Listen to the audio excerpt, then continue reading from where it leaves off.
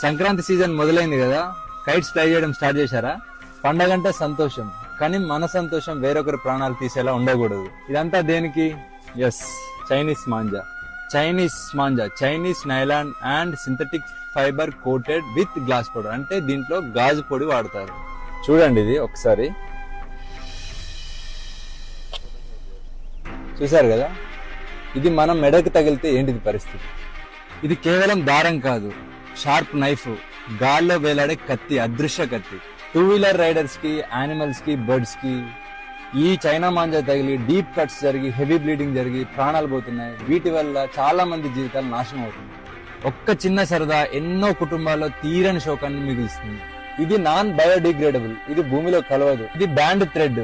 ఈ మాంజా ఎవరైనా ఇల్లీగల్ గా అమ్మితే మీ నియరెస్ట్ పోలీస్ స్టేషన్ లో రిపోర్ట్ చేయండి. చైనా మాంజా అమ్మడమే కాదు, కొనడం కూడా నేరమే. చైనా మాంజా ప్లేస్ లో ఈ కాటన్ మాంజా వాడదాం. మరీ ముఖ్యంగా ట్రాఫిక్ అండ్ పవర్ లైన్స్ లేని దగ్గర, ఓపెన్ గ్రౌండ్స్ లో మాత్రమే ఫ్లై చేద్దాం. పిల్లల్ని మాత్రం మీ ప్రెజెన్స్ లోనే కైట్స్ ఫ్లై చేయనివ్వండి. మీ సరదా ఎవ్వరికి శాపం కాకూడదు. For this Sankranti, say no to China manja. Thank you.